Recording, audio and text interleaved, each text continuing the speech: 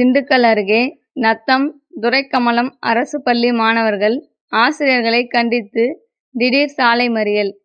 திண்டுக்கல் நத்தம் துரைக்கமலம் அரசு பள்ளியில் பயிலும் மாணவர்களை ஆசிரியர்கள் அவதூறாக பேசுவதாக கூறி 50க்கும் மேற்பட்ட மாணவர்கள் திடீர் சாலை மறியலில் ஈடுபட்டனர். மாணவர்களுடன் நத்தம் காவல் நிலைய சார்பு ஆய்வாளர் அருண் நாராயணன் பேச்சுவார்த்தை நடத்தியதை தொடர்ந்து சாலை மறியல் போராட்டம் கைவிடப்பட்டு மாணவர்கள் கலைந்து சென்றனர். இதனால் அப்பகுதியில் சிறிது நேரம் பரபரப்பு ஏற்பட்டது. நிலவன் டிவி செய்திகளுக்காக திண்டுக்கல் மாவட்ட செய்தியாளர் நத்தம் மதுரை வீரன்.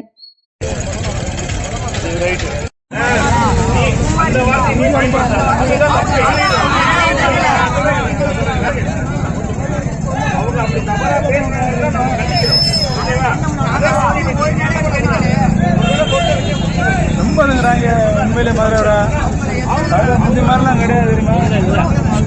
வயது பூரா ஓவர் இப்போ முந்தி காலம் மாதிரிலாம் இருந்தாங்க.